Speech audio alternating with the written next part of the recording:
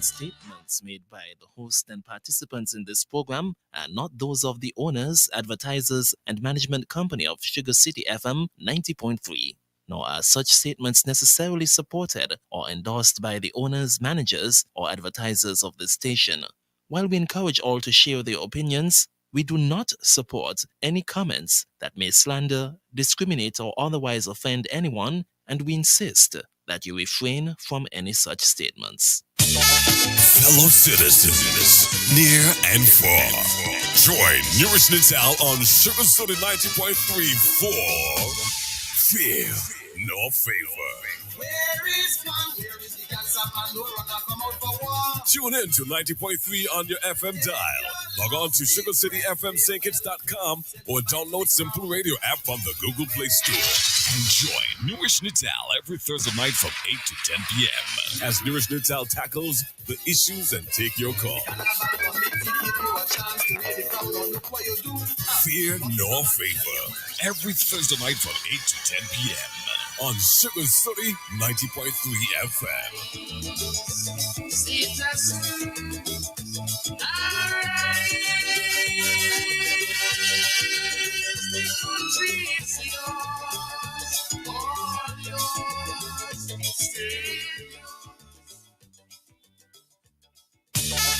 Fellow citizens, near and far, join Newrish Nital on Sugar City 90.3 for Fear No Favor. Good evening and welcome to Fear No Favor. This evening we're going to look at quite a number of topics and subtopics. I would like to say a special good evening to my daughter, Naliaka Walters Nital, Newrish Nital, or Maloney Nital, my son Anish Noel, and of course, Nayan Nital. How could I forget to say good evening to Zaya Nital? She must be smiling now.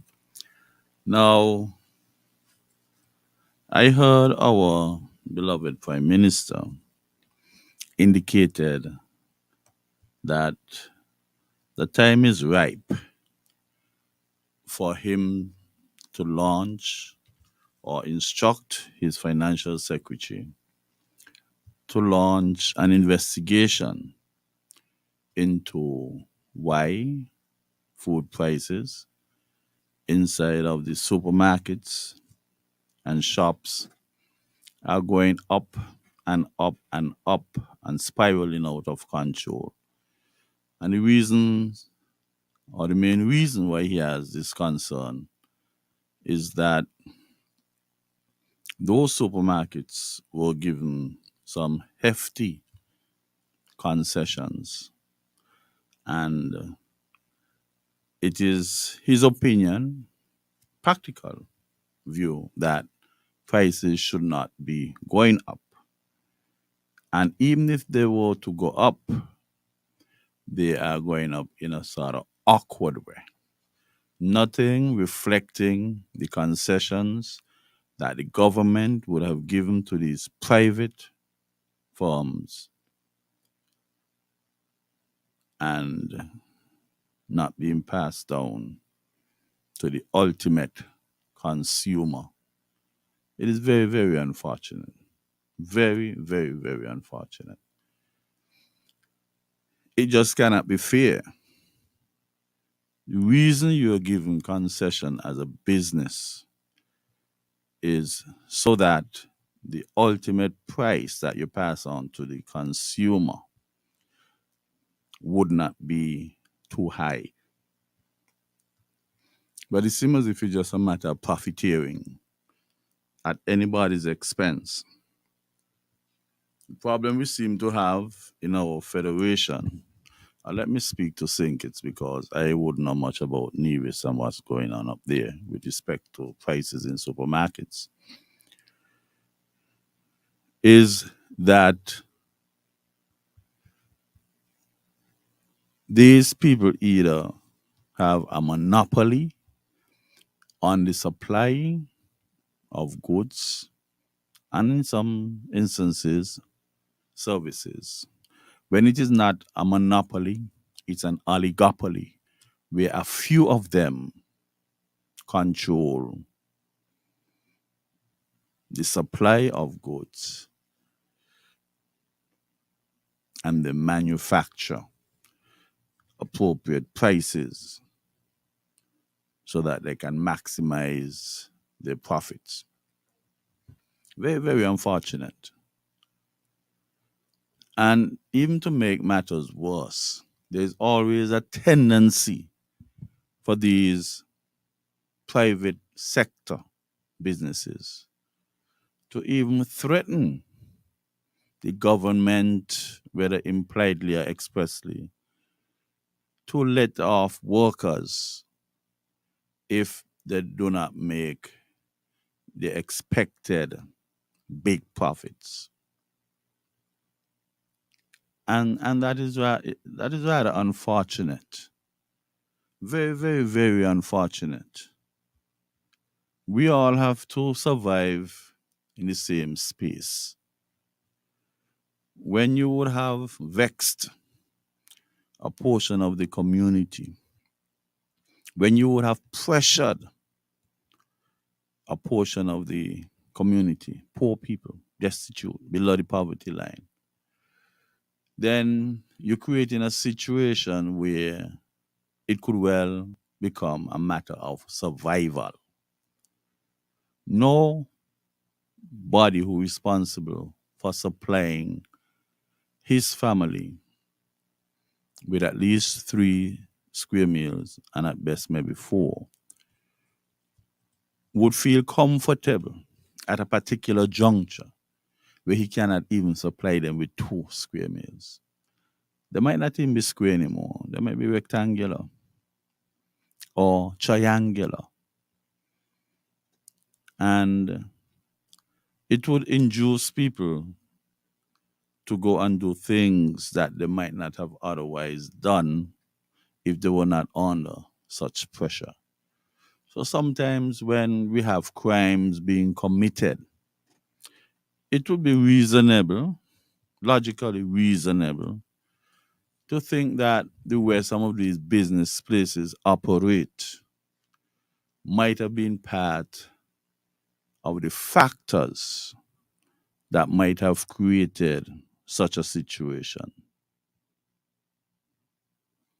And sometimes we really try our best to talk to the young men, talk to the young ladies, keep down the level of antisocial behavior or crimes. But sometimes you got to be in the kitchen to feel the heat. When you realize a tin of milk, carnation milk, is for $6. $6. I heard someone called into another radio program and indicated that when he saw the price of a milk for $4.95, he left it in the supermarket. He wasn't taking it out. $4.95. But yet you have others selling for $6 as well. I guess if he went to that particular business place, he might have gotten a heart attack, fainted or something. And we have persons in consumers affairs, price control.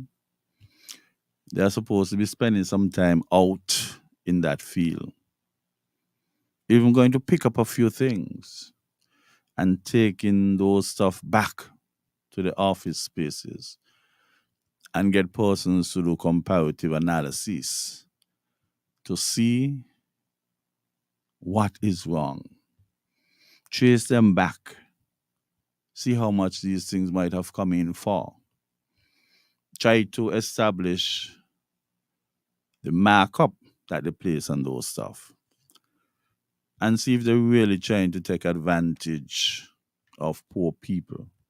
Whether because they might be the only one supplying those goods or one of the only few who are supplying those goods.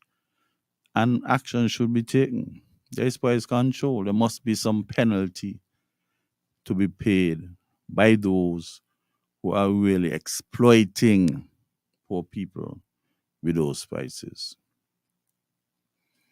And sometimes the problem is even further complicated because we live in a democratic society and people support who they want to support. Some people might end up favoring the party that is in government. And as such, they feel that nobody should pay attention to what they're doing. Like they have a license. Their support is like a license to steal from poor people or to disadvantage poor people or to exploit poor people. And whenever the time comes in an appropriate way to have them reprimanded, they threaten to do all sort of stuff with the labor force. Sometimes as a prime minister, you got to take the bull by the horns and do what you have to do. Sometimes to be firm and remain steadfastly in protection of the poor would cause you to lose some friends in the rich class because they don't like to see that. Some of them feel like the gap between the rich and the poor should be as wide as the ocean, and that is why they will that is where they get the comfort from, knowing that that ocean is expansive. Unless they wouldn't sleep well. The gap is too narrow. We need to have it widened a bit more. But it cannot go on like that. You're just going through a big fraction of the society, and then things start to get out of control.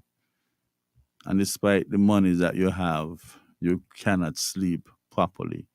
First of all, your conscience, and those of you without conscience, your physical security might be an issue. Because, like I said, if it reaches the parameters of being a matter of survival, things could happen that is not favorable to those who try to deprive the poor before. We just have to get that equilibrium properly established. Nobody's saying give handouts. But you must not be exploiting poor people. You must not feel like you are in favor by the ruling administration and you could do things and get away. And they dare not tell you anything because the contribution you made to the campaign or the continuous support that you can provide for them would simply be of diminishing proportions. That is not niceness. That's nastiness. You must not try to use your association with A to disadvantage a fraction of our society so intensely. And it seems as if it is calculated. It would appear as if some of these people in this oligopoly would meet and basically decide what price they want to put on certain goods and services. And since there's nowhere else to turn, they would have to do or die. Most of the time, persons would have to make numerous sacrifices in order to get what they want. Some might even have to readjust or recalibrate the preference scale. Some people might end up being malnourished. Some people might end up being undernourished because, you see, a balanced meal must be of qualitative and quantitative parameters. You must eat the right stuff, but you must also eat them in the appropriate quantity. Some of us might not be able to eat them in the appropriate quantity. That would mean that we are undernourished. Some of us might not be able to eat them in the appropriate quality, with the appropriate quality. That means that we might be malnourished. So either malnourished or undernourished.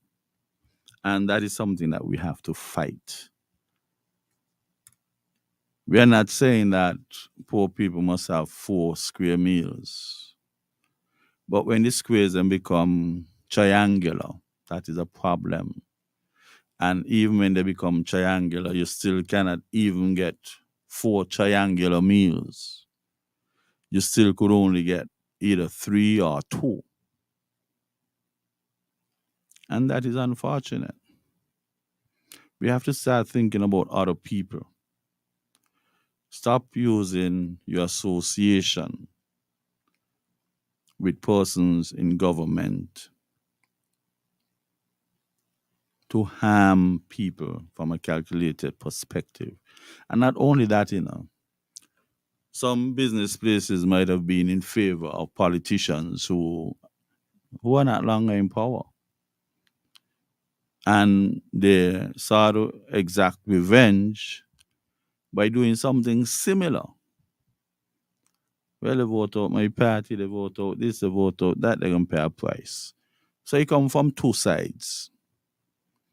But most of the time it comes from the side of those who are supportive of the current administration and feel like they should not be spoken to. There must be penalties, and penalties must be put in place, executed, and let people understand that we have laws, price control laws in our federation. We have to. This thing just getting out of hand. You cannot even provide a little cushion. You cannot provide a little cushion. As soon as you attempt to do that, you go to the supermarket with the same amount of money that you went last week with to buy the same items, and you're told that you are short. I mean, that could psychologically impact people. Putting those prices in the ranges where people cannot reach could psychologically impact people. They can be stressed out. That stress can be internalized into anxiety, and the anxiety could mount to such an altitude that it becomes a depression. We have to be mindful that we are not destroying our society in a sort of awkward way. We have to look at all the implications, all the ramifications, and see if we take this action, what could be the plethora of consequences. Some people don't care. And I think if we continue like that, we'll create a society of the rich versus the poor. The rich versus the poor. We don't want that sort of societal construction. Can't be no rich versus no poor. Some people wish for it to be like that. And maybe in a subtle way, we are approaching such construction. Some people say have versus have nots, but it's not really that. It's the rich versus the poor. Something you cannot even get the middle class established. The strength of an economy, the strength of a society is sort of structured, given structure by the size of the middle class. Anyhow, you just sublime from the bottom class to the upper class. That is a society that is leading to destruction. Nothing in between. Nothing in between. And the problem is that when some persons down in the lower class, so to speak, they get a little thing to go up in the middle. Those in the upper class do whatever they can to pull them more towards them. Pull them more towards them. So in the attempt to keep the middle class together is being destroyed because they don't want that. The middle class seem to be bridging the gap between the poor and the rich. They don't want any bridge between there. You're either on this extreme or that extreme. But that can be very disastrous. And I'm hoping that the Prime Minister could really follow through because most of it would take some policing, some collection of data, some analytical work, and then some reasonably drawn inferences. Because it seems as if you can tell business places how much profit to make. The markup is just outrageous. Outrageous. But they don't understand the more they do that, is the more they create fertile grounds for people to carry out antisocial behavior. And those same people who induced such conditions would end up suffering as well. They would end up suffering. But I believe that another thing the government can do is to construct a governmental co-op where poor people, and I say poor people because only two set of people, we got rich and poor, can go there to do their shopping. Basic items that are fast going out the reach of the power of the purse of the poor man should be considered. You get a huge store, you get a huge compound, and you know the items that people would have to use. That same basket of goods that we use to establish price index and inflation and those other stuff. We get the majority of that onto a compound, into a warehouse, and persons can and government can subsidize that to a certain extent. So the concessions that are given to the private sectors, man, take that concession, let them pay the money for what they want, and take some of that money, bring in goods to put in that warehouse or on that compound where poor people can go and shop. Now, they would like to make noise and say, well, government competing with the private sector.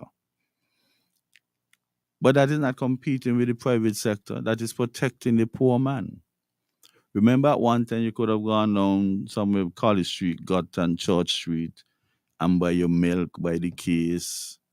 Now government used to got control over certain stuff. Then you could have gone by Simaco. Farmers could have gone by Simaco, put down all this stuff, got paid for them, and then it was the job of the Simaco to go and carry out the ultimate sale of those produce that were placed at the Simaco, on the Simaco compound.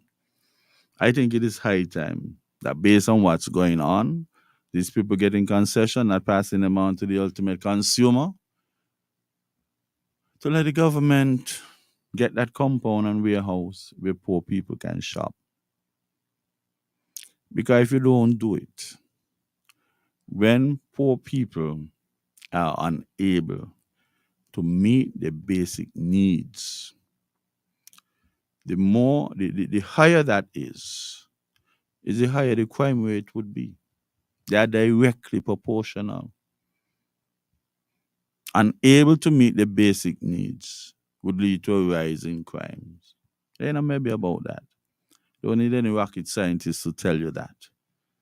And nobody can wake up and go hungry. You got the first morning, the second, the third. And go a whole week without something in your stomach and something for your dependents. Can happen. So inevitably, things would start to happen that we wish not to happen. But government must wait to do. Those business places without a conscience to start to try and send down the benefits from the concessions to the that ain't gonna happen. They just see it as an opportunity to increase the profiteering. Don't give them a concession you give. It's not going to happen. So government might as well pass over that, skip over that, create an environment, a compound, a warehouse where poor people could go and shop. They ain't got nowhere. A poor man should be buying a large tin of carnation milk for $4.95 and $6. That can't be right. Compared to the period of time that would have passed by. Just a short period of time. And these things like they sublime from two something to $6, from two something to $5. Where's the price control? Since you can't get them to control the price and they greed, then you open up places where poor people can do the shopping. I heard the junior minister responsible for social welfare and Angela Clark. They went on a few radio stations and saying what they have in store for people. If you can't get this, you could get that. If you don't qualify for the PAP, there are a program that you can be a part of. You can get vouchers, you can get this. But imagine you get a piece of paper with a certain amount of money on it. And the persons them who distributed those vouchers, they are expecting that they can go quite somewhere. Only for reality to stop them in the tracks and say, what you thought was $500 worth of stuff is now only equivalent to $150 or $200 worth of stuff. That is awful. That is awful. In a community with your own brothers and sisters, family members and friends and good neighbors, that is the best we can do. And that is why I always want to believe that there are a set of people living in St. Kitts who are not for Kittitians. They are not for Kittitians. They live amongst Kittitians. They make the profits and they do whatever they have to do. But deep inside, they do not like Kittitians. They got a bag of people who they're going to like. Conveniently like for whatever. But if you were to rid them of all pretense, you have a fraction of people living in St. Kitts who do not like Kittitians.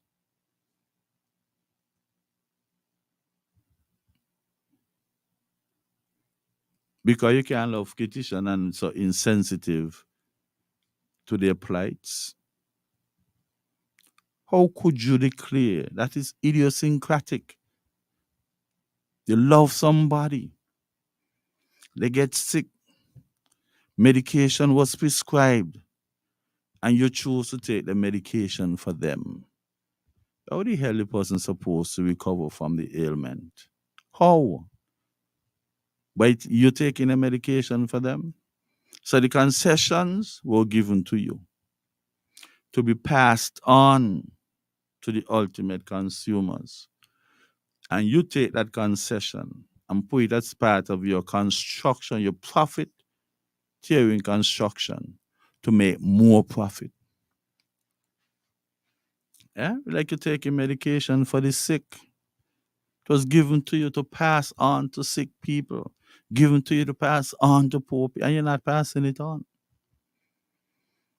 And then when people try to pull you up, you threaten all kind of things.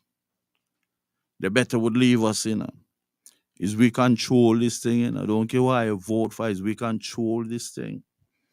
Because the funny thing about it is that regardless of what administration is in power, these people just seem to be getting through because of the monopoly and oligopoly they got on this food and the goods and services.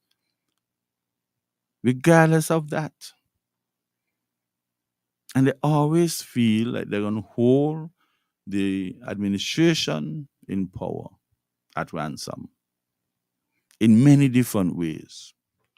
Either threaten to reduce the level of employment, for even when they give an increase in minimum wage, these people, heartless people, they reduce the hours. So the government, in my opinion, when you want to adjust minimum wage, it must also instruct minimum number of hours that somebody should work, barring extreme contingencies. Guys, somebody working for 40 hours and they were getting, say, $4 an hour. 40 times that is 160. Government decide no. 160 cannot go anywhere. We want it to go up to 200. Whatever the time frame is, but $200 for the similar and parallel time frame. So they increase the minimum wage to effectuate that $200. These insensitive people would come and reduce the hours very deliberately to ensure that whatever adjusted hours you get will keep you at $160, or at best maybe 165, 170. Still 30 or $35 away from the 200 that the government intended. And that way what they're doing, I am of the opinion that they hold the meetings and go with the calculator, the computers, whatever device that can help them to extrapolate information to put them in the best possible position. They're going to do that. They're quite aware that the government would have asked the Labor Department, some committee, tripartite committee, to work together to see if they can get the minimum wage to a more livable wage. They're aware of that. But remember, everybody cannot work for government. So you still have quite a number of persons working for the private sector. They know that the government would have to bruise their knees to come and ask them to match what they are doing in terms of the close to livable wage. They know that. So therefore they know that. And since you're going to come bruising your knees, you can't tell us how much you sell a tin of milk for. We could get it up to $8 a tin if you want. You're making now about $6 and $4.95. We got the handle. You have the blade. And our laws are such that you can't even do much. All you could do is beg. Get in that mendicant attitude. Beg. Because we can do better.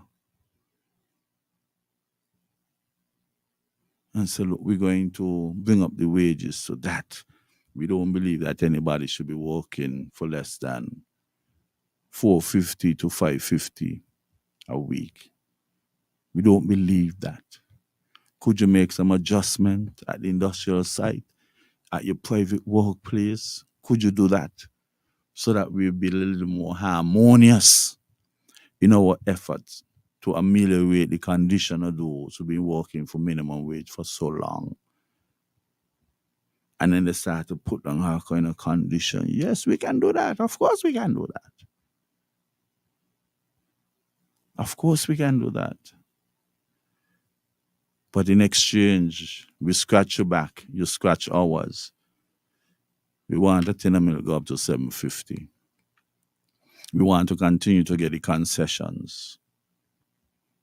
It's either that or you could do whatever you want with your government employees with respect to close to livable wage. We're going to do what our minds tell us to do based on our calculations.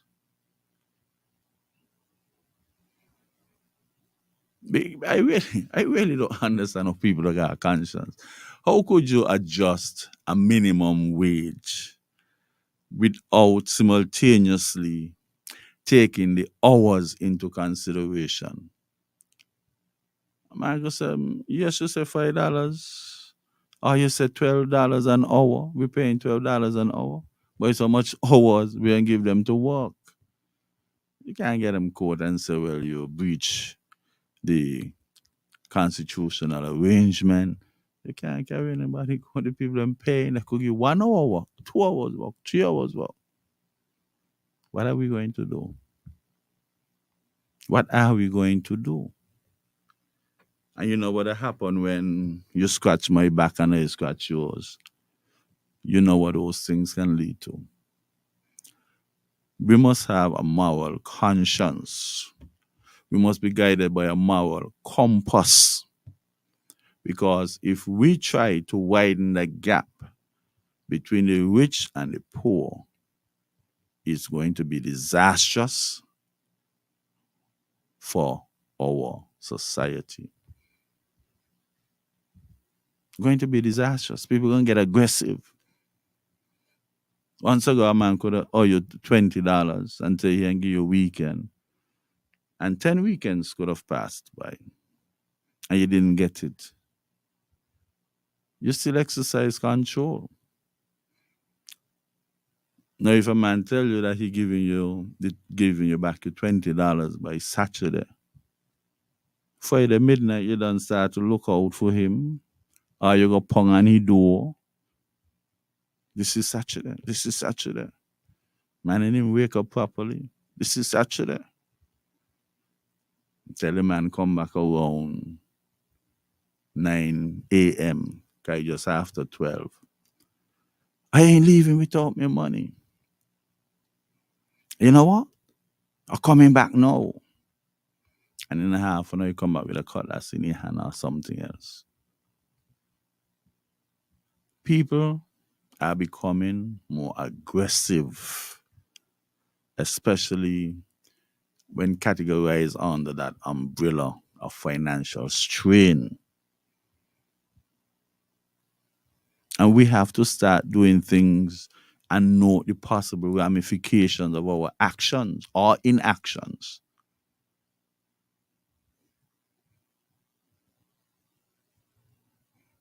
Some of you want to walk people at Saturday. Don't give them the time and a half. Want to walk people on Sundays and don't give them the double time. You know what you're saying to them? Okay, you're supposed to get double time for the Sunday walk you put in, so take a day off. The reason people are working the extra time is to get the extra pay, the supplemental generation of income. But they work a Sunday, and because you're supposed to give them double time, you tell them take another day off. What we the hear around here? Those people feel like people foolish. Sunday was basically a day that was never meant to be spent from your family. Unless you have special, super special circumstances. But a man gonna sacrifice that. And what'll be hurtful, you don't work Monday, Tuesday, Wednesday, Thursday, Friday. No, they're asking you to come out Saturday. That is a time and a half. Sunday, double time. And what they do is go into the next week now and see if they can take out 3.5 days work, 2.5 days work. We have to be more humane than that. You can't tell me work Sunday and then tell me instead of the double time, I'll give you 2 days off in the week. Well, no, only one Sunday there is in a week. So whatever the employment or the labor laws are, we shall stick to that. We shall stick to that. Because psychologically, you could impact people. Somebody would have to miss church. Somebody would have to miss the family gathering because they don't work Monday, Tuesday, Wednesday, Thursday, Friday, Saturday. Sunday is time for them to see the kids. They leaving home 6 in the morning, the kids still sleeping. Going back home 9 and 10 in the night, they're sleeping still. The only practical time that they can see and have discussions with the children is Sunday. No, you go on and take away the Sunday because you know the kind of pressure they're under. They can't resist to come out Sunday. Lord, if you do that, give them the double time that you're supposed to give them. Don't wait until the next week and take out and tell them take 2 days off. You're doubly taking advantage of people. And if these business places do not get it right, according to charters, they can well become bandit factories. They can induce people to do wrong. And not calculatedly, inevitably. People got people depending on them. Let us take a break and we'll be back. Fellow citizens, near and far, join Newrish Nital on Sugar City 90.3 for Fear No Favor. Where is man? Where is the cancer man? No runner come out for war. Tune in to 90.3 on your FM dial. Log on to SugarCityFMSankits.com or download Simple Radio app from the Google Play Store. And join Newrish Nital every Thursday night from 8 to 10 p.m. as Newrish Nital tackles the issues and take your call. Fear No Favor. Every Thursday night from 8 to 10 p.m. on Sugar City 90.3 FM.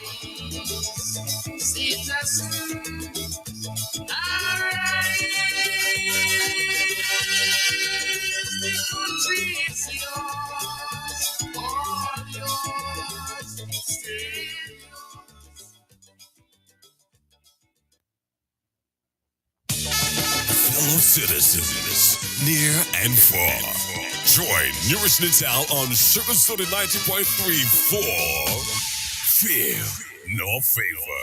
Where is man? Where is the cancer man? No runner come out for war. Tune in to 90.3 on your FM dial. Log on to SugarCityFMSankits.com or download Simple Radio app from the Google Play Store. And join Newrish Nital every Thursday night from 8 to 10 p.m. as Newrish Nital tackles the issues and take your call. Fear No Favor. Every Thursday night from 8 to 10 p.m. on Sugar. Welcome back to Fear No Favor. Now, I would like to congratulate all those students, grade 6 students especially, who graduated from primary school and are about to go into the secondary school environment. This is very special to me because I have a son, Newrish Nital, who would have graduated from, I don't even know if to say Explorers Primary School or Joshua Obadiah Williams Primary School, and he should be going into a high school. Now, there is a situation that is brewing with respect to the promotion of these children. Now, they're going from doing generally 4 subjects: language arts, science, maths, and social studies. Yes, you might have family life and those sub topics. But the issue is there might not be any consultation with the authorities at the high school that the children would be going into. So there's an issue about books. You get a book list, but then you might not even get a book list before you reach. Consultation would take place in September, school opening in September. Some parents are debating the fact that when these consultations take place, the books might no longer be available because some people have friends, some wait on protocols.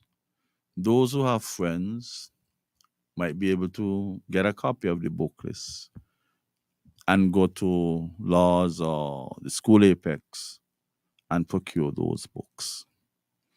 But there's an additional problem.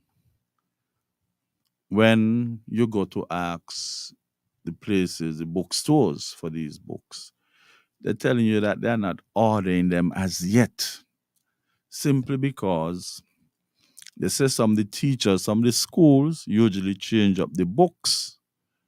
So when they bring in these huge orders and they change up the bookstores are left with the books in stock.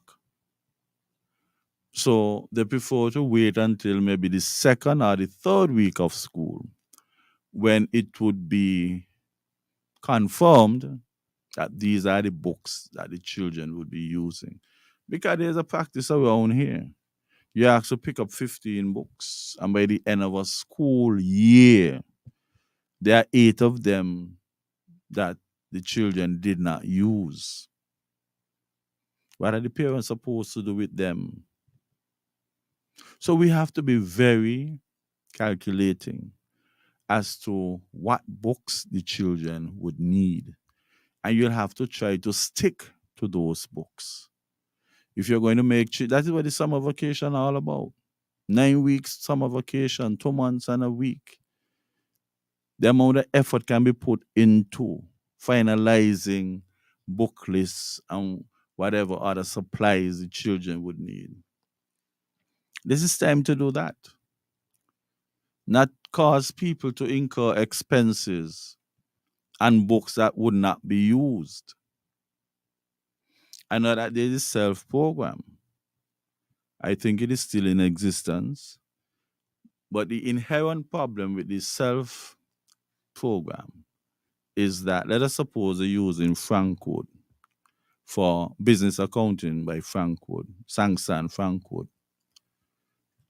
Every time a new edition comes out, is to either supply some additional information that they saw was important, of utmost importance, or to correct errors that might have been in the previous edition.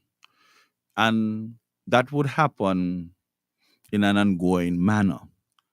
So if you replace a book, like you had the 7th edition and you replace it with the 8th edition, the 8th edition would be replaced by the 9th. Sometimes you reach up to the 12th edition. But the self school book resource only has the original edition, the 7th edition. So that would be outdated. Some of the information in it can be used.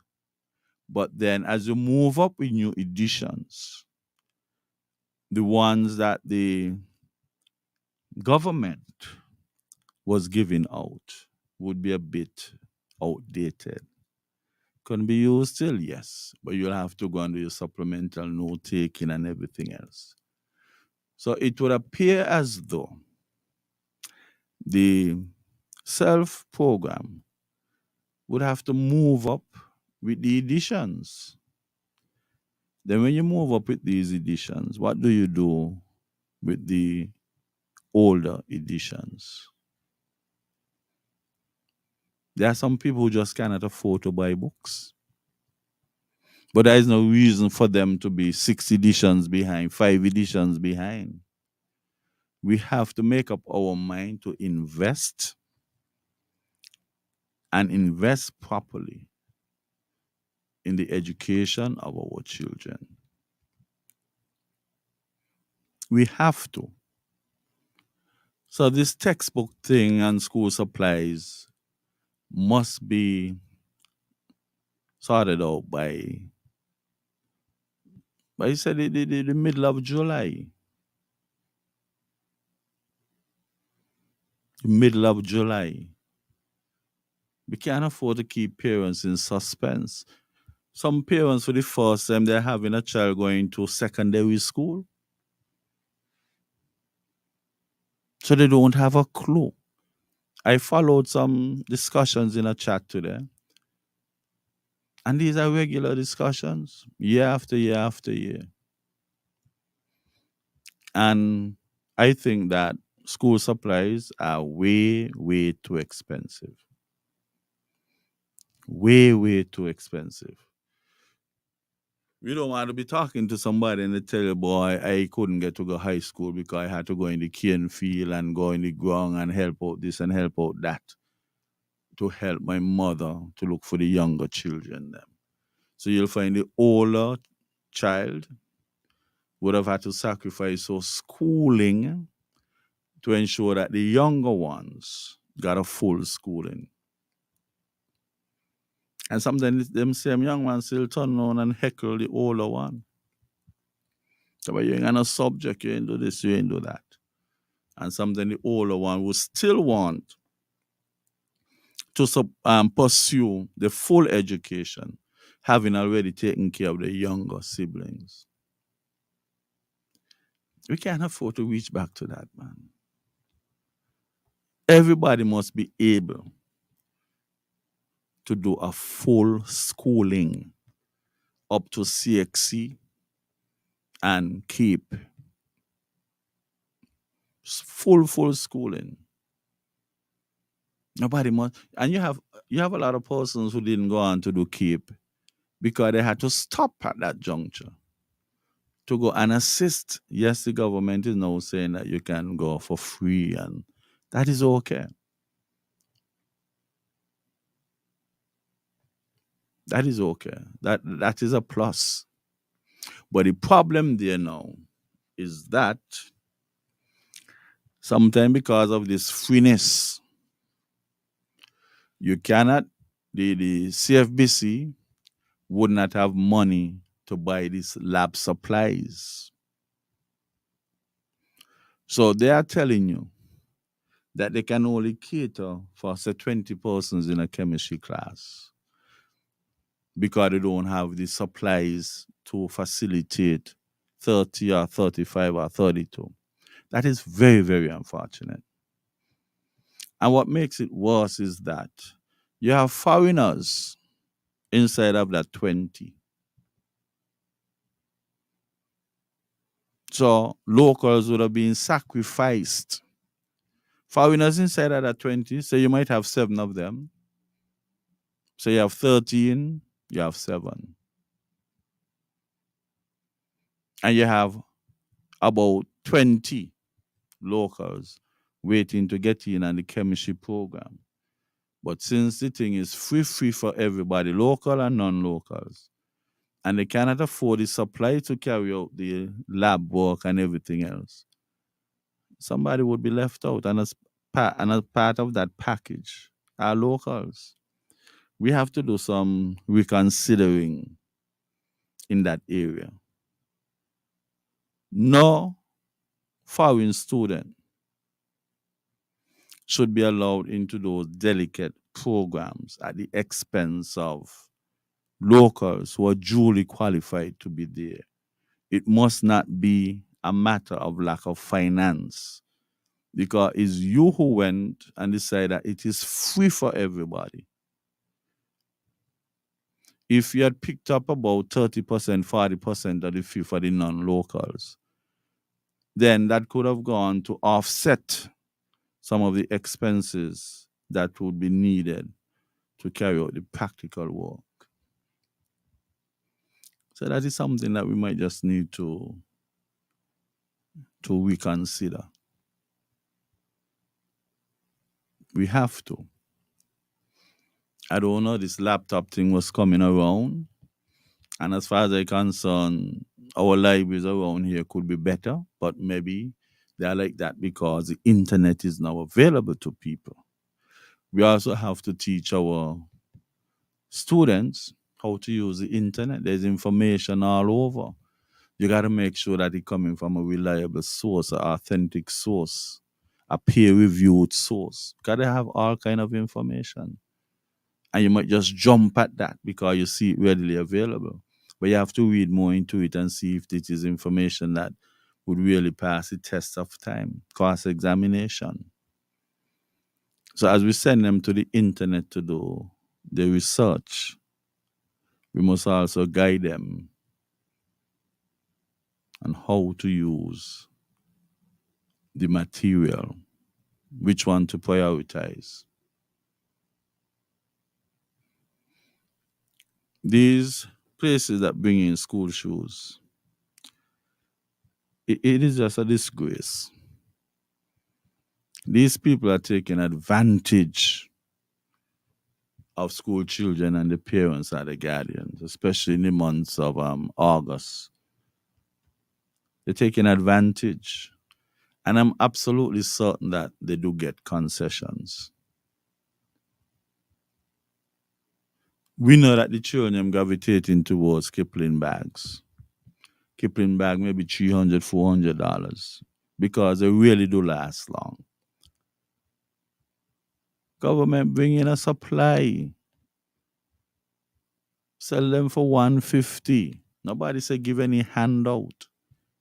We cannot afford these private businesses to be selling our children's school bag for $400 and something dollars. School shoes for $800, $900. You go up the road there to buy a pair of school shoes and you walk with $300. You might as well just go up by Amway or buy something and a drink or something, sit down, relax yourself, spend some time on the internet. A $300 can buy a pair of shoes. And somebody might say, well, you want to live above your income. But think about the psychological disadvantage you put in a child at. If he's on a school compound with 250 people, 90% of them would have on whatever shoes in style or whatever. Some people might debate strongly and say, they put on what the parents could afford and do this and do that.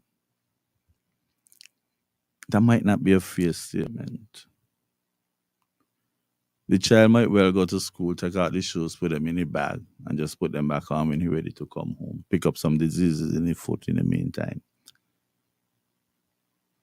It is psychologically damaging to a child knowing that he cannot wear the shoes that he ought to be wearing. Not that he can wear, but what he ought to be wearing, so that every set of circumstances could be taken into consideration. Some people beat up their children. Put them on, go school, put them on, go school. And that would be very, very, very unfortunate. We need to control school shoes. Some people have family members either buying the shoes up there and sending them. But when they reach here, people want to value them how they want to value them. Your godmother decide, well, you did well in your schoolwork, so we're going to give you this pair of shoe as a gift. I don't know what value they're going to ask you to put on a gift. school shoes. And then they value it how they want to value it. And then they charge you what they want to charge you. And the same amount of money came up to was the same reason why you couldn't buy a pair of shoes in the first instance. We have to be careful. We have to make sure that we have an environment that is completely conducive for our children to go to school and be comfortable and optimize the opportunity to learn. Hindrances, challenges, barriers must be removed or mitigated against. Mitigate those barriers.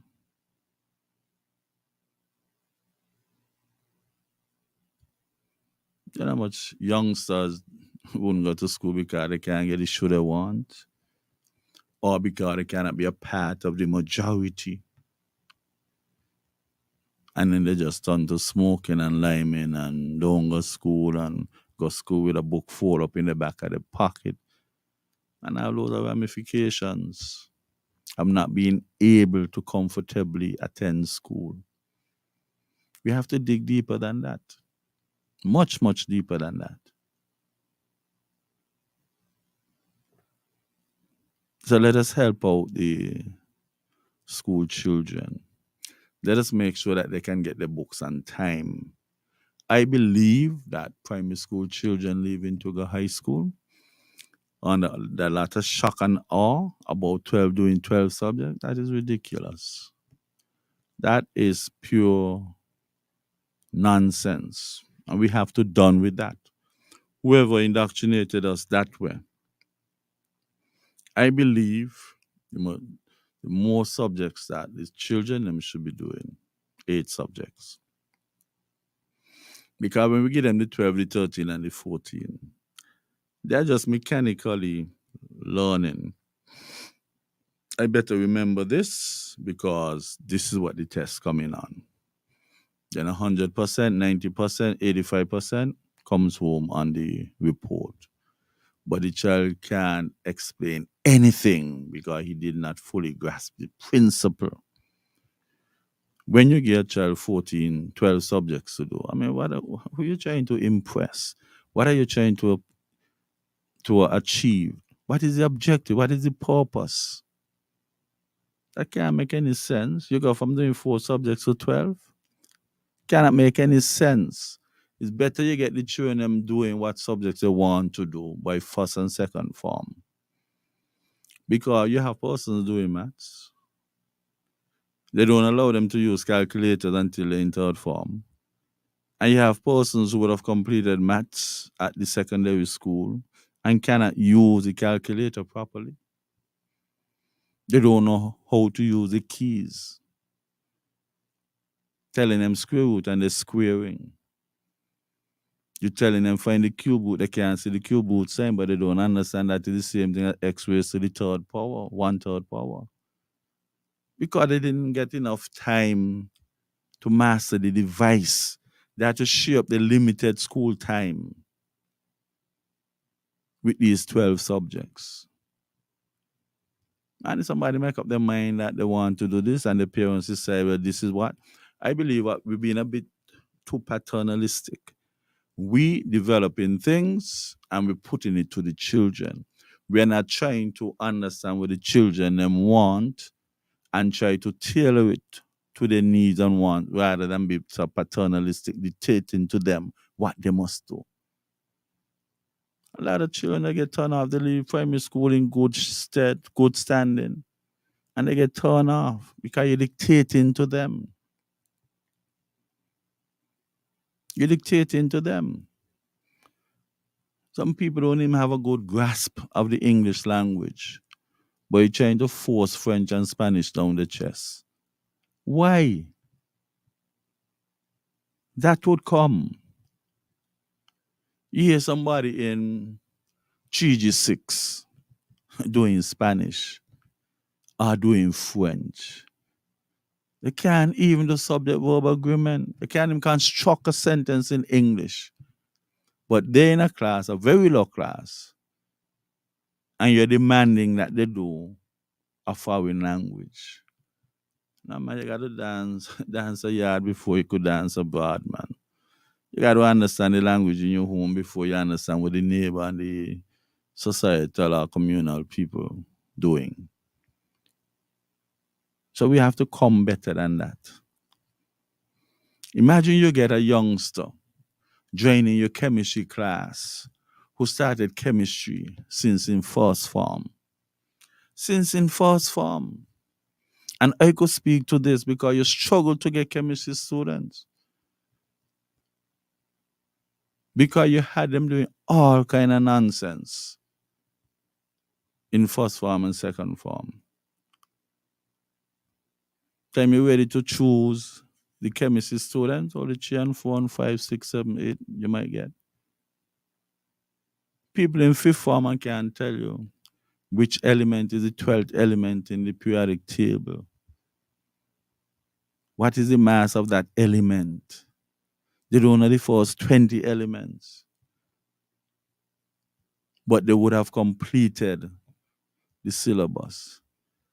And them people could have learned those first 20 elements since in first form. And they build and they build and they build and they get better. But we want them to reach third form and then they pick this and they pick that. So third form, fourth form, fifth form. When they could have first, second, third, fourth, fifth. And produce some excellent science students. And then we wouldn't have to be up and down scrabbling to get students involved in science, technology, and those stuff. Is we who build in the road to destruction and limitations. Let people choose with the help of the parents who seem to know.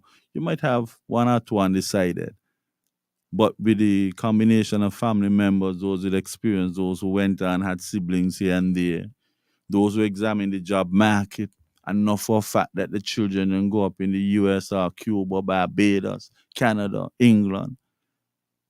And then you do your research and you see where they would be most marketable. You know how to help them craft that path to lead to the career goal. Yeah, people doing all kind of things. People going on the technical college and they want to do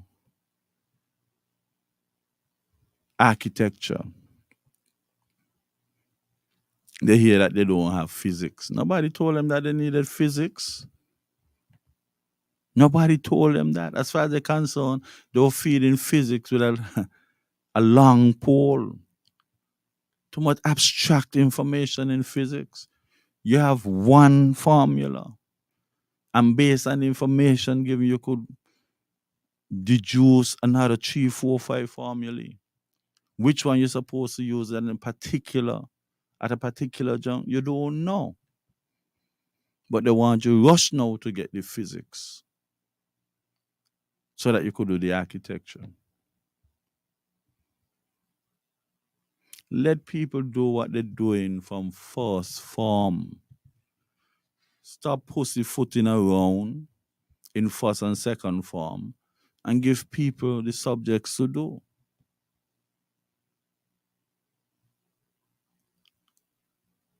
Give people the subjects to do. So many people failing in business. You go town today. You see a business. You see business A. You go back 3 weeks after. You see a different business C or Z. People just failing. And we're not trying to introduce entrepreneurship at an early stage in secondary school. We have replaced the business subjects with POB. We have replaced the business subjects with POB. And that wouldn't do the trick. POB is a little piece of economics, a little piece of accounting, a little piece of commerce. Why would we want to do that?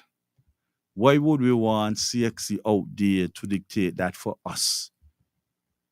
We need to bring back the hardcore commerce. Commerce is trade and the factors that aid trading. The hardcore accounting. the hardcore economics. Started economics a bit late. I can recall going to sixth form, never did economics at O level, but was doing it at A level. Then several years ago, they started to do the economics at O level. You know, anything could be sweeter than doing accounts, economics, and commerce. You know, the kind of foundation you're giving somebody to be a solid entrepreneur. And you mix that with information technology. And then you set in that area. Or you do the biology, the chemistry, the physics, the human and social biology. Those things can be replaced by an integrated science. You have to do the hardcore chemistry, the hardcore physics, the hardcore biology. I would take a part to the human and social biology. Now we need a bit down from general biology.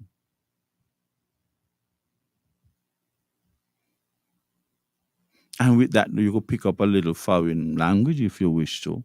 Since we have quite a number of Spanish people here, I will go for Spanish more than French. And then we have to start looking at the Chinese thing because it seems as if whether we want it or not, they're going to be a major part of our societal structure.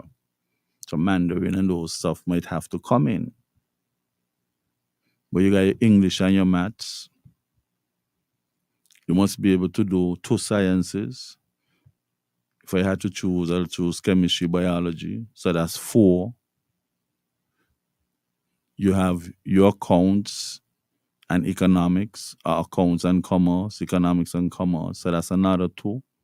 So that's 6. You got, I wouldn't say EDPM per se, but I would say IT. And then you push a practical subject in between there. Push a practical. So they could learn a skill acquisition.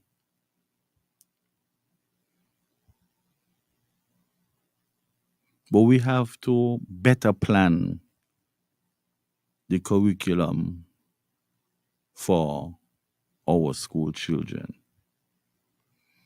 Nobody come and churn 12 subjects and 13 and 14 subjects and our children going from primary school to higher. I mean, what are we trying to prove? We're building robot?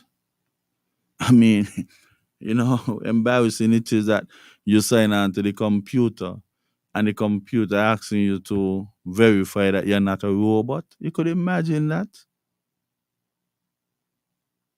Verify that you're not a robot. So you got to tick the box and you got to look across to see how many bicycles you see.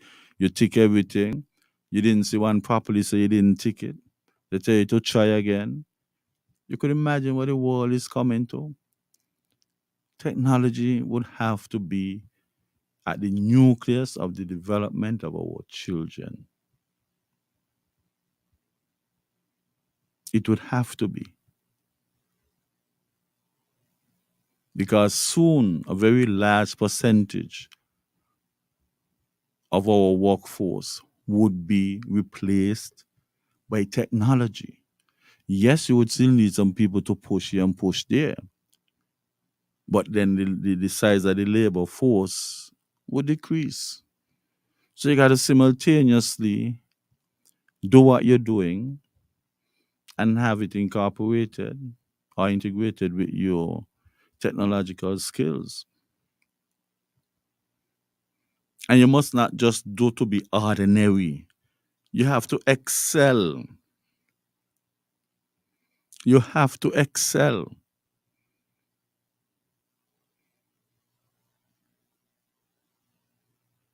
And we must be provided with that opportunity. Nothing wrong with having people who migrate here to be a part of our work structure, workforce. But a serious issue that I have is when we are going to take the presidency of our Clarence Fitzroy Bryan College, our tertiary level education, and give that presidency to a foreign individual. when we have so many persons around here, many folds, who could have filled that position? That can't be right. That can't make sense. That can't make sense. We know our people better. How can we take our main tertiary level education and put the presidency in the hands of a foreigner? How can we? It's not like we don't have people around here. Yes, you employ at the institution, that is good. Nobody running you. But to take that position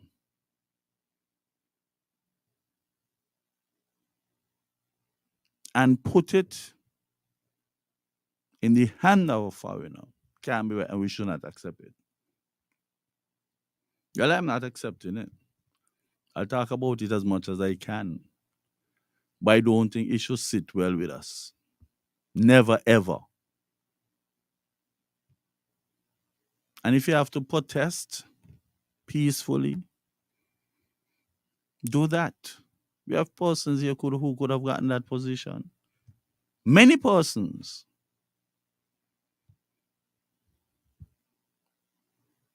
And that's going to be a topic for discussion because I'm going to bring in some persons who would have first-hand information regarding certain stuff and see how much we can discuss that.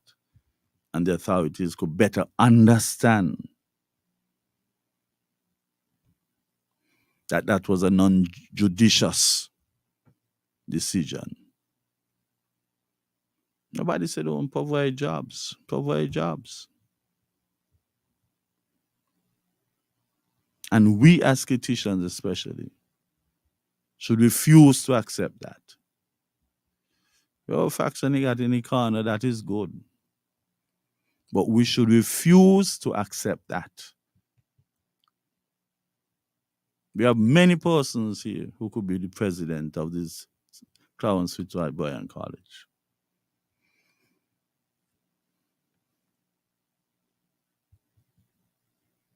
Like I said already,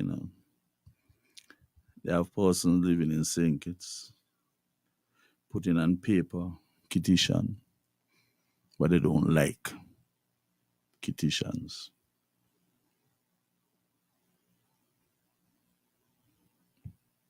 We could do plenty better than that.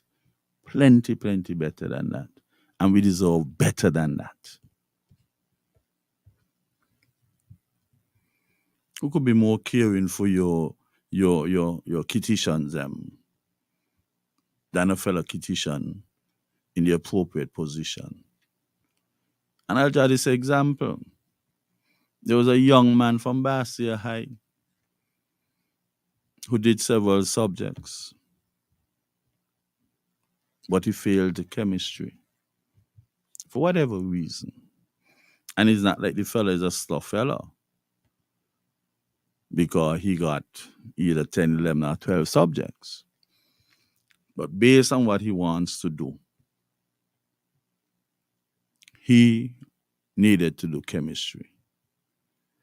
The father approached me with the young man and asked me if I could assist with the chemistry issue. I called on the college and I indicated that I would be doing chemistry with the young man in January.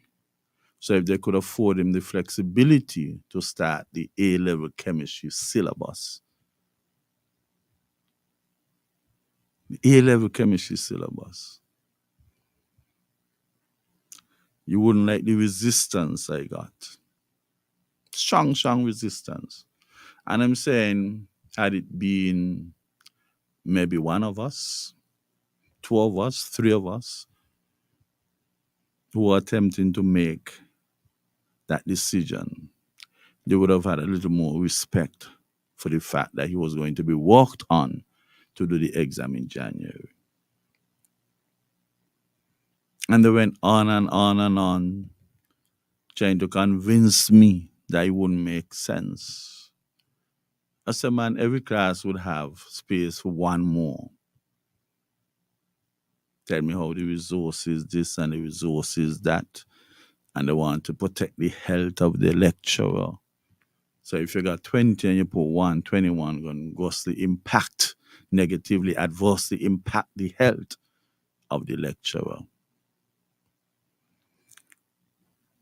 I said, no problem. But I want you to remember the name, Michael Harvey. And I worked diligently with that young man. And he did that exam in January. And you know the result? He got a distinction. So now, come the next school year in September, he can now enroll with the A-level chemistry class because he now has the chemistry that was needed. Something you got to use with initiative. If I say I'm going to work with the person, there's a very strong probability that the person would pass and pass in a very nice way. But they resisted all that. But you know, God is great because I had a contractual arrangement with two doctors in Nevis who were not very happy about the chemistry impartation that their son was receiving over in Nevis. So somebody up there gave them my number. They got in touch with me. The son used to come down every Sunday and we do chemistry from 9 to 12 and immediately thereafter we did maths from 12 to 2, 5 hours non-stop. Something we got on after 2. And I invited Mikkel to the chemistry classes. So when they thought that they completely kept him out of A-level chemistry, he was actually doing chemistry with me at the same A-level. So they'll be surprised when he goes into the chemistry class come September that he's already there. What I was trying to say to them, let the gentleman, let the youngster go to class and I would help prepare him for the A-level exam as well. So he'll do both. They thought that was madness. And look at it. He got a distinction in the CSEC, and he's right up there with the Cape Chemistry, Unit 1. And I believe if we had this system around here where people could have clept an exam, meaning that you go into it, you get an early registration, you do the exam, you pass it, you don't have to go through the full year. If they had something like that, he would have been able to clear that exam. But I'm just trying to show you that only your own people could be so sensitive towards our children, knowing that they're working towards a particular career goal. Other people might not be interested. Why should we give away the presidency to a foreigner when our people here can be in that position and offer better guidance? I don't think it's something that we should take lightly, and we should really petition the authorities and let them know that we have people here. You have Gregory Marson, you have Ip Isaac. I'm just calling two persons who I know could fill that position there comfortably. When Bassier Junior High School was out of control and they needed a strong person who could put policy in place and could police the institution. They used to call junior high Vietnam. Up there was out of control. They brought in Mr. Isaac, Clifford Isaac, from Keon High School and made him the principal at Bassier Junior High. And that school would have come around so nicely under the leadership Ip is a lecturer down at CFBC. Gregory Marson, very, very qualified. He's a lecturer down there. Those are just two persons who I feel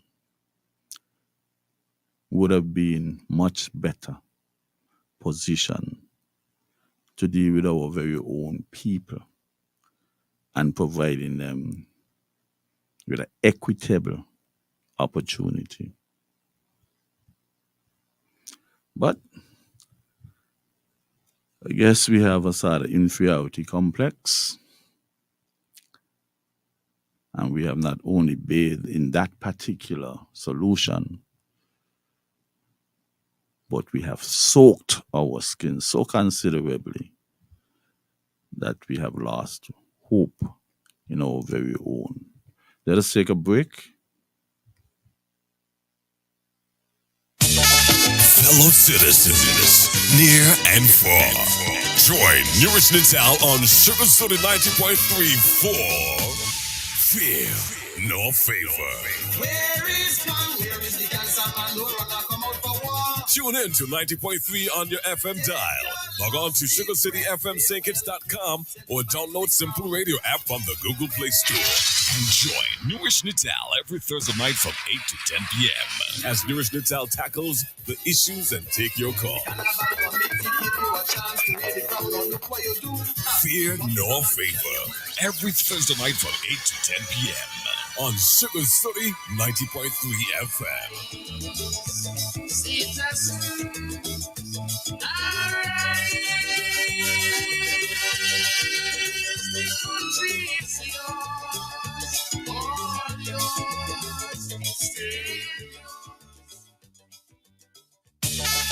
Fellow citizens, near and far, join Newrish Nital on Sugar Soda 90.3 for Fear No Favor.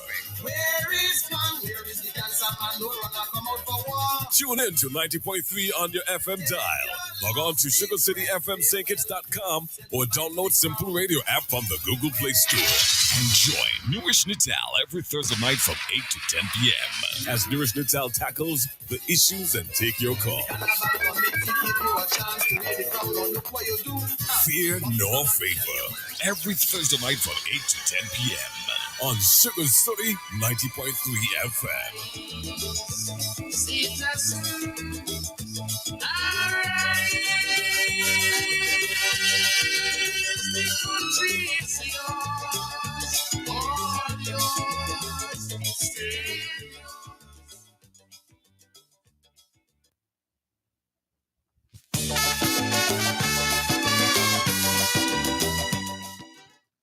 Welcome back. Unfortunately, we might have to end this segment on kind of sad note. First of all, let me look at Sister Sensia and our Prime Minister's father. We lost quite an icon in the person of Mick Stokes. We know he was just a dynamic performer. He was a writer. He was a musician. He was talented. It was like was like that supreme being of which nothing greater can be perceived. Actually took his own two hands and constructed Mr. Stokes. He was so talented. Voice that could not have been paralleled so easily. And he had an infectious smile. Any conversation you carried out with Uncle Mick, it was always punctuated with smiles at appropriate junctures. I spent several minutes, looking at the post of his daughter Michelle. And I could understand why he was such a valuable asset to that family. Very, very valuable asset. And I know that he would be missed, but like Sister Sensia would have indicated, that she prefer not for us to be saddened, but rather remember him in a joyful way. Joyful way. It's not easy playing drums while simultaneously and playing drums at a very high level and simultaneously singing. It is difficult, but he mastered that. He played with Elimat and the jazz brass. He was at the center of that band, getting to the top. And then later on, he played for jazz brass with Wingrove Hicks as the leader. And in both bands, he did himself justice. He executed his talent. And many persons, not only in St. Kitts, but throughout the region, the sub-region, and in the international environment, had great admiration for him whenever he was called on to perform. Even when you listen to some of his compositions from way back, they're always sounding fresh. They always had some catchy phrases that would resonate with you and help to bring back a few lines. You look at the posts where Sister Sensia would put up videos with both of them singing together. And I think that she came from an excellent genetic pool. And as a result of that, she's who she is at the top of that category of artists. Yes, we're going to miss him. I'm hoping that someday, very soon, that Sugar City would pay a concentration of a tribute to him, and so that we would have appreciated him, we would have learned from him. I don't know when it would be done, but I know it would be done in a timely manner. We have DJs here who were familiar, very familiar with his productions, and maybe the station can choose to put a slot where not only one DJ, but maybe both of them, or even invite two other DJs to have a discussion, play his song, play his music, and have discussions about the good Uncle Mick. Then, of course, we had our Governor General, Sir Tapley Seaton, passing on as well. This one is a bit awkward for me because I was extremely close to Sir Tapley. Years back, we used to go down to the CFBC when persons were preparing for debating competitions. And we would help to construct the content of the debate, and we'll also adjudicate and offer some guidance to those who are going to take part. And that friendship continued for a very long time. Very, very long time. Such was the friendship that even when he wasn't that well and was hospitalized. I journeyed there to have discussions with him, and he never denied me a visit. Even at his office at Governor House, we took some time out to really have some major discussions. And in reference to inmates who might have been worthy of being granted mercy and those other stuff and consideration, we would have had discussions.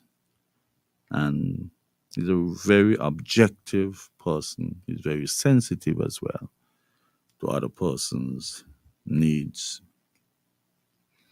And we got along really, really fine. I cherished every opportunity I had to communicate with him. Every opportunity. And he was an ardent listener to my radio programs. I think he would have started down on Win FM. Then when I created that program called Frank and Candid, he was an ardent listener as well. We used to communicate after several of the programs and give feedback and everything else. And of course, he would have spent some time listening to me when I moved to Sugar City to do Fear Now Favor. He also encouraged me a lot when I was doing my law degree. We had discussions about certain cases, and he was a source of inspiration for me. I never did get help from anyone from a financial perspective in doing any course of study.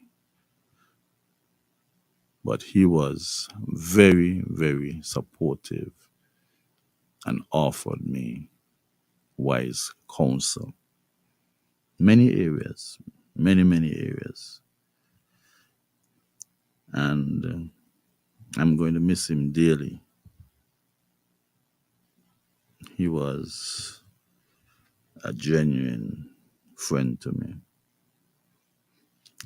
The other stuff that I prefer to keep to myself, but I would forever turn them over in my mind and associate myself accordingly based on what I know. Then there's another friend of mine who would have passed away maybe 2 days ago, and he's from Newton Ground. His name is Mr. Woods, Sunnyman Woods. That was a toughie. The reason being, Sunnyman attended Sandy Point High School. I attended Bastia Senior High School. And track and field was the strength of Sandy Point. And when I say track and field, I mean compared to the soccer and the cricket. So track and field was the strength. Sunnyman ran the 200, the 100, the 400, and he did shot put. Oh, and he did some excellent jumping as well. We would have met on the track against each other in the 100, 200, not a flat 400, but 4x4 relay, 4x1 relay, and shot put. We enjoyed the competition against each other. As a matter of fact, we were selected on the national team to represent St. Kitts, and we both ran in the junior and senior division. I threw shot put in both divisions as well. I think that he accompanied me in the junior division, and we threw shot put for Sinkets. And we had a joke about it because after I threw juniors, I think it's Frankai would have asked a question whether or not I was really out of that age. So Mr. Ross from Bertram Ross from Market Street, he was the head coach and manager. He had to go for my passport, and we had a big laugh about that. Even though he was from Sandy Point, we became very, very close. We got real hungry one night in Antigua, and we decided that we were going to search the town for something to eat. And we went and we went and we went and we went, and we seemed to have gone quite a long distance. So we were looking a very easy way back up. So we saw this tractor, and we decided that we'll catch up the tractor and take a ride along the road back to our hotels. But then we realized that there was a stench. We thought that the stench was in the area, and we were happy to go and get a ride on the tractor and get out of that. But then we realized that the stench was getting louder. So that was just amazing. We running away from the stench, and it seemed as if the stench was following us. We did not realize that the tractor was actually pulling what you call night soil. And we had a big laugh at that when we reached by the hotel. We were telling the guys and the coach and the manager what happened. And so they explained to us that it was night soil that the tractor was pulling. And then we gone into town, and we did not have much money, much spending money. Because I think he was still at Sandy Point High. I would have been in sixth form, maybe the first part of sixth form. We did not have much spending money, but we needed something to eat to supplement what was given to us. And we went down the road and we saw some people on the side of the road selling stuff. So we went and we inquired what was the price of these mangoes. And they were a bit plentiful. And the woman said $1 a heap. And the heap was really a heap. So we got our bags and we threw in a few heaps. And all the way we going up, we laughing, $1 a heap, $1 a heap. So long after we would have stopped running, our capacity would have brought us to the end of our elasticity to compete. We kept remaining good stead as friends. And sometime I might not see him. I might be on a play field or somewhere in a crowd, and I would hear $1 a heap. Well, I know it's only the two of us about this $1 a heap. And we made some fun. Apart from track and field, though, he was an excellent pace bowler. As a matter of fact, I played cricket for Newtown, and he played for somebody before, but then he eventually reached to Newtown to play cricket for Newtown. And I think that he got into the island team as well in cricket. So he was quite a sportsman, and he was talented. He had a lot of skills, could have done plumbing. I think that house that he lived in, he did most of it. Was very, very talented. However, unfortunately, I think he got into an accident one morning going across here by the boatyard, and he became semi-paralyzed from the waist down. But that didn't stop him from doing a lot of stuff still. Construction, running this, running that. And sometimes when you're in certain positions, the better part of you sometimes is sacrificed. I was asked to go to the hospital Monday because he was asking for me. And I went and I saw him. Unfortunately, he could not communicate with me. And then he passed away. Today's Thursday, passed away yesterday, Wednesday. So I have lost a very dear friend. And you know what happened also, why we remain so close. He sort of provided fertile ground for me to get along with a very beautiful, fine lady. And that lady, we happened to establish a relationship. And from that relationship, my daughter, Newrish Nital, was born. So there's that connection. And they lived side by side in Newton Ground. This is the Maloney's house, and the very next house was where Sonny Man lived. They had a friendship out of this world. And as much as my name was changed to Nital, he always called me P.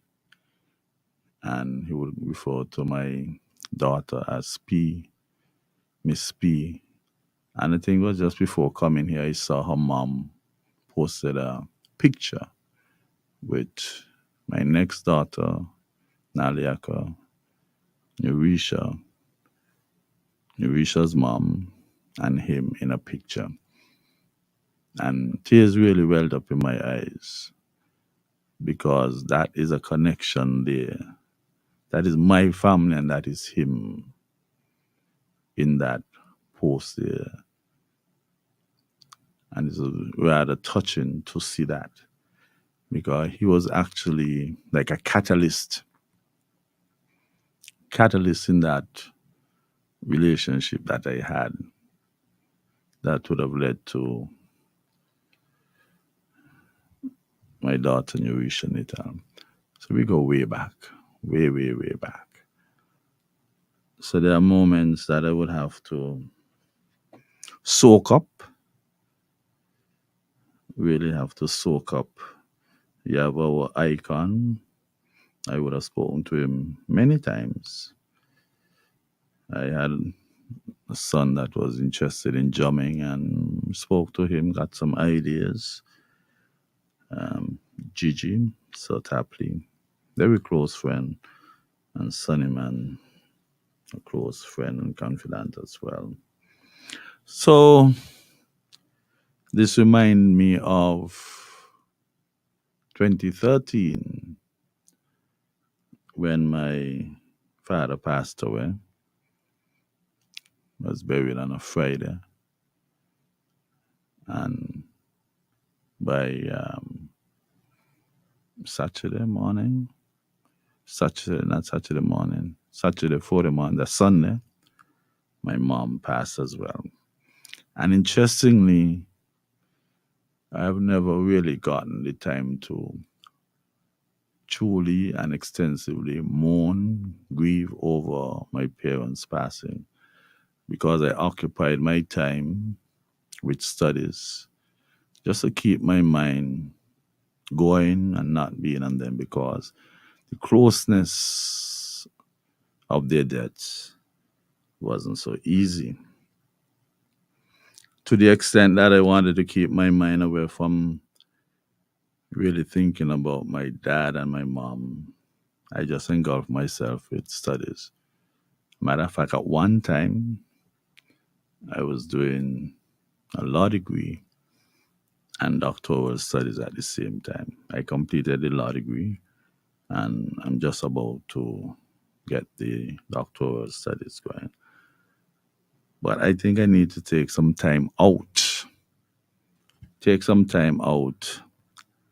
And truly think about my parents and absorb what is there to be absorbed.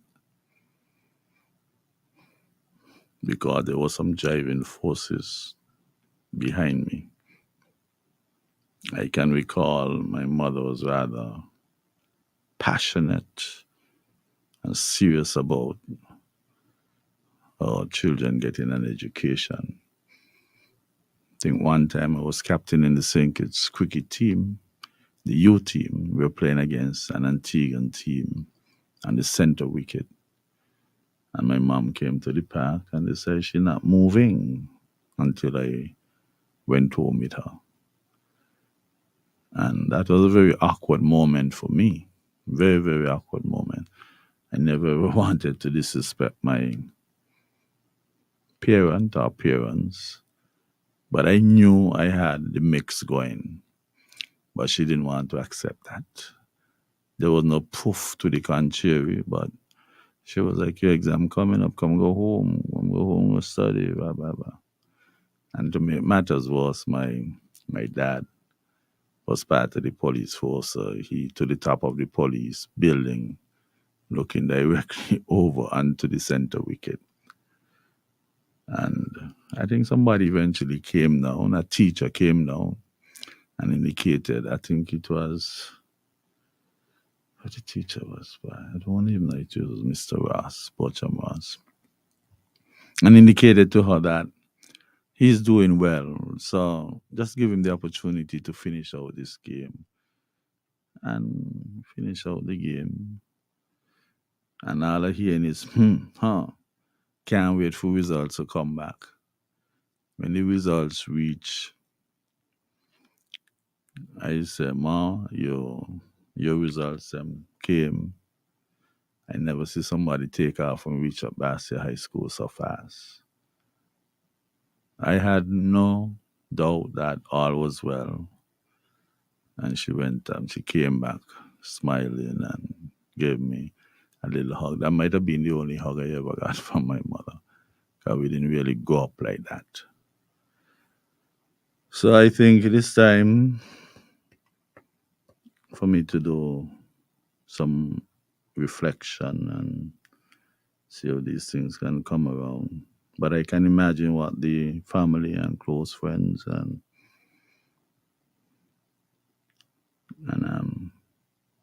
all concerned, relevant, and pertinent stakeholders. That is not easy. It is inevitable, but we are still to learn how to cope with it.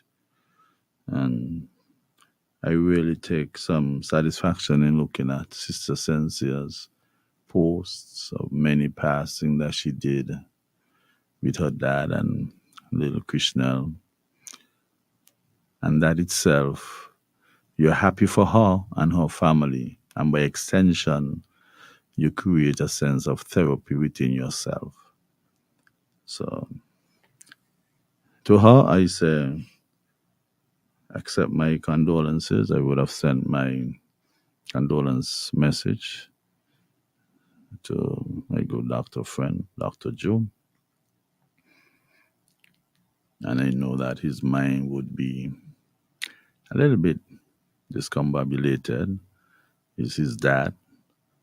And he would have liked a few more years being in that position, and maybe wants his dad to witness his performance for the extension of his first term.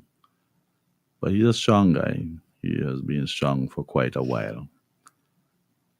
So, but there's always that piece of us that cannot resist that temptation not to feel well. Okay? Let us take our final break and we'll be back just to wrap up. Fellow citizens, near and far, join Newrish Nital on Sugar Soda 90.3 for Fear No Favor. Where is one? Where is the cancer man? No rock come out for war. Tune in to 90.3 on your FM dial. Log on to SugarCityFMSankits.com or download Simple Radio app from the Google Play Store. And join Newrish Nital every Thursday night from 8 to 10 p.m. as Newrish Nital tackles the issues and take your call. Fear no favor. Every Thursday night from 8 to 10 p.m. on Sugar City 90.3 FM.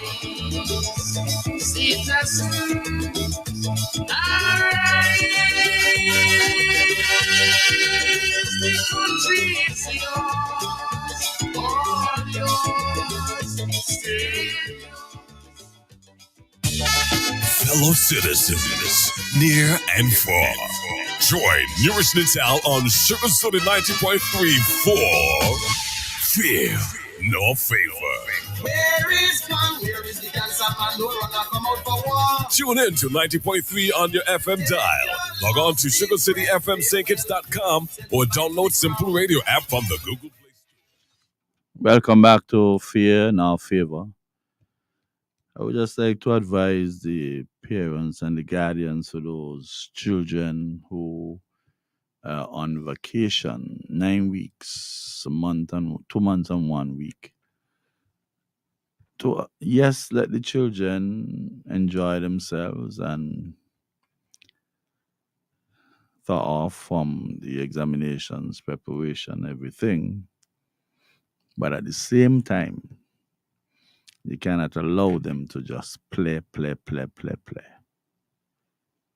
They have to, they has in 24 hours. Okay, they sleep down to 6 o'clock, so 6 hours, that's 18 hours. If your child can put in at least 2 hours work per day with respect to the schoolwork, they can revise what they did before the vacation, or they can get the textbooks and start reading ahead. If they do not wish to go into the textbook because I give them this air of being in school, let them do some fun games and build their vocabulary. A lot of our students do not have a good verbal dexterity, so they struggle to put compositions together. They struggle with the comprehension.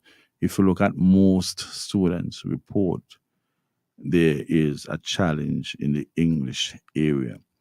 But that can be overcome if you be firm on them in building the vocabulary. A vocabulary is key.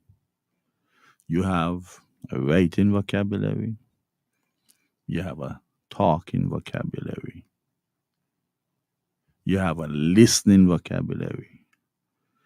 When you have a writing vocabulary, it means that you can actually put words in the correct positions.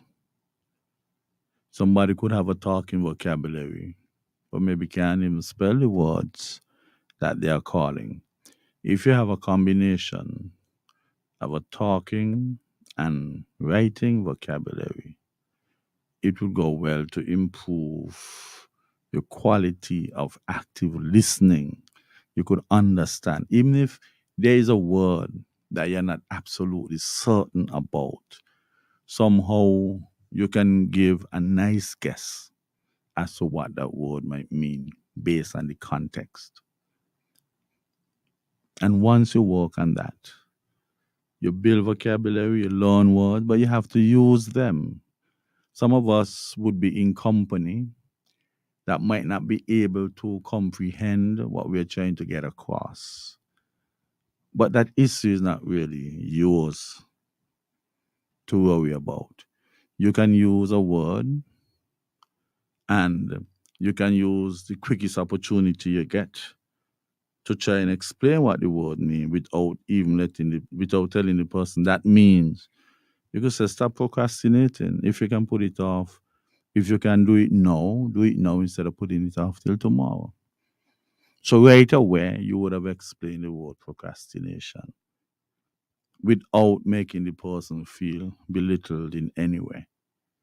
And that is how you can build your own vocabulary, because if you have friends who are not building and you're building, they're not understanding them, and you cannot communicate with them, you cannot get to use utilize the words that you would have learned. And I think that one of the most important thing, or the most important thing of any student, is to build a vocabulary. Each area will have its own jargon, but generally, if you build a vocabulary, you can use reconciliation. As an accounting student, you may get a bank statement, you got your cash book, and you want to do a reconciliation statement. Why is my bank statement different to my cash book? And you reconcile, you get to know the difference. Not that you correct it, but you're aware of why they are different. If you have it out with somebody and you feel that it's something that you don't want to sacrifice, you don't want to compromise the relationship, then you all can reconcile. So they had reconcile in the general term, and they had reconcile or reconciliation within the context of a bank statement, a cash book, and understanding the difference. Well, we have come to the end of our program for tonight. Started out nice, nice, nice. We ended up a bit on the somber side of things. So I hope that we would go on and call the family members and extend condolences. Don't let it be too much of a sad moment, but talk about lovely memories. Good night. The opinions and statements made by the host and participants in this program are not those of the owner.